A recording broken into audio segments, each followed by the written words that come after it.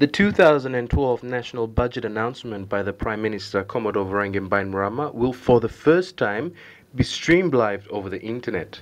The partnership between government and popular TV station Mai TV will allow viewers worldwide to watch the national budget address on http://www.tv.com.fj.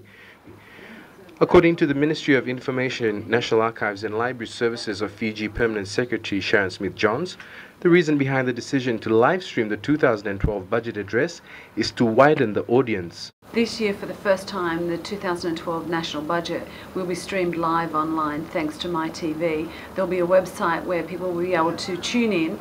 This is targeted at Fijians living abroad, the Fijian embassies, investors, the tourism industry, stakeholders that have an interest in the budget.